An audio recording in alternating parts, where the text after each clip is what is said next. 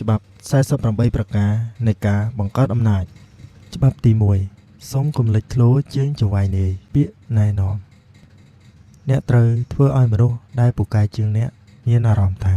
ខ្លួនគេលេចធ្លោជាងបើអ្នកចង់ធ្វើឲ្យពួកគេពេញចិត្តនិងរំភើបចិត្តសូមកុំបង្ហាញសកម្មភាពរបស់អ្នកច្រើនពេកមិនដូច្នោះទេអ្នកអាចនឹងទទួលផលផ្ទុយពីការគិតទុកនោះគឺអ្នកនឹងទៅបញ្ឆេះអារម្មណ៍ខ្លាចនិងមិនជឿជាក់ក្នុងចិត្តពួកគេអ្នកត្រូវធ្វើឲ្យចង្វាយនាយមើលទៅលេចធ្លោលើសពីការពិតនោះវានឹងធ្វើឲ្យអ្នកមានអំណាចច្រើនឡើងគន្លឹះឆ្ពោះទៅរកអំណាចមនុស្សគ្រប់គ្នាសុទ្ធតែមានអារម្មណ៍មិននឹងណពេលណាដែលបង្ហាញសមត្ថភាពពិសេសរបស់អ្នកចេញមកភ្លាមនោះវានឹងទៅជំរុញអារម្មណ៍មួម៉ៅការច្រណែនឈ្នានេះនិងអារម្មណ៍មិននឹងណបែបផ្សេងចេញមកទាំងអស់វាមិនមែនជារឿងប្លែកទេហើយអ្នកប្រហែលប្រើពេលវេលាទាំងអស់ក្នុងមួយជីវិតរបស់អ្នកមកអង្គុយបារម្ភតើអ្នកដទៃនឹងមានអារម្មណ៍យ៉ាងណាតែបើជាមនុស្សដែលមានអំណាចលើអ្នកវិញអ្នកត្រូវប្រើវិធីផ្សេងព្រោះបើជារឿងអំណាចការធ្វើខ្លួនលេចធ្លោជាងចង្វាយនាយអាចក្លាយជាកំហុសធ្ងន់ធ្ងរបំផុតសម្រាប់អ្នកចូលអ្នកកុំបោកប្រាស់ខ្លួនឯងដោយការគិតថាជីវិតរបស់មនុស្សយើងផ្លាស់ប្ដូរច្រើនចាប់តាំងពីជំនាន់របស់ព្រះចៅសូអ៊ីសទី14និងមេឌីស៊ីល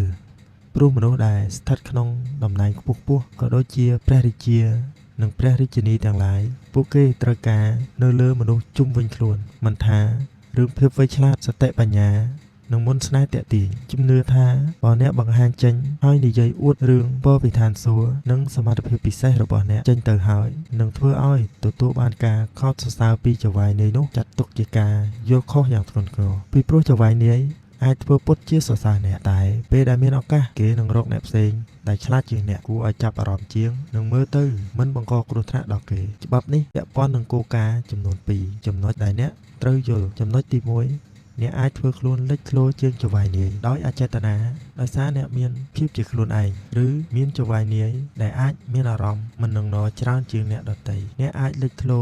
ជាងពួកគេដោយមន្តស្នេហ៍គួរឲ្យតាក់ទាញរបស់អ្នកចំណុចទី2កុំគិតថាចង្វាយនាយស្រឡាញ់អ្នកហើយអ្នកអាចធ្វើអ្វីក៏បានព្រោះក្នុងសៀវភៅនេះមានតែរឿងរបស់មនុស្សដែលជាទីស្រឡាញ់តែ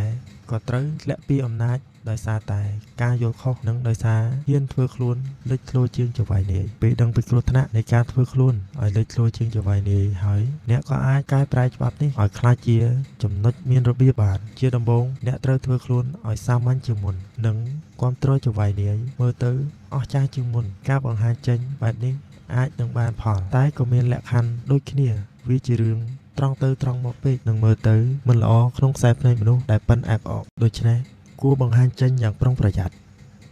តួយ៉ាងបើចៃដន្យអ្នកឆ្លាតជាងចង្វាយនាយចូលធ្វើខ្លួនផ្ទុយដោយធ្វើឲ្យចង្វាយនាយមើលទៅឆ្លាតជាងអ្នកគឺធ្វើខ្លួនដូចអ្នកត្រូវពឹងលើជំនាញនិងចំណេះដឹងរបស់គេអ្នកអាចធ្វើពុតជាធ្វើការខុស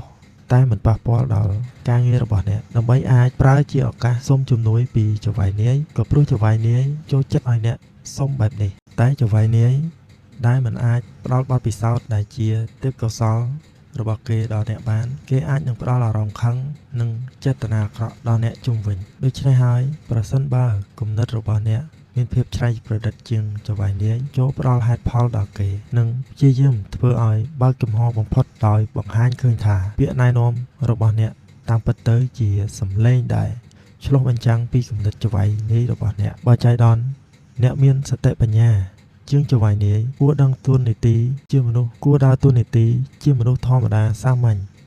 តែកុំធ្វើឲ្យគេមើលទៅសក់ក៏ក្រោះនិងមានការកាត់បន្ថយការលេងសើចរបស់អ្នកខ្លះបើចាំបាច់ហើយរកវិធីធ្វើឲ្យគេមើលទៅដូចជាអ្នកបង្កើតភាពរីករាយបើអ្នកជាមនុស្សដែលរស់រាយនិងចិត្តទូលាយជាងចង្វាយនាយអ្នកត្រូវប្រុងប្រយ័ត្នកុំធ្វើខ្លួនជាពពកបាំងពន្លឺព្រះច័ន្ទរបស់ចង្វាយនាយអ្នកតាមឧទាហរណ៍ដែលលើកឡើងទាំងអស់នេះឃើញថា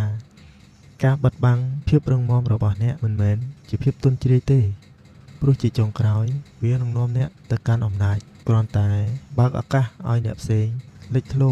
ហើយអ្នកជាអ្នកគ្រប់គ្រងពីក្រោយតែប៉ុណ្ណោះតួយ៉ាងចូលបញ្ជាការធ្វើខ្លួនឲ្យលេចធ្លោជាងចង្វាយនាយពីព្រោះការធ្វើខ្លួនលេចធ្លោជាង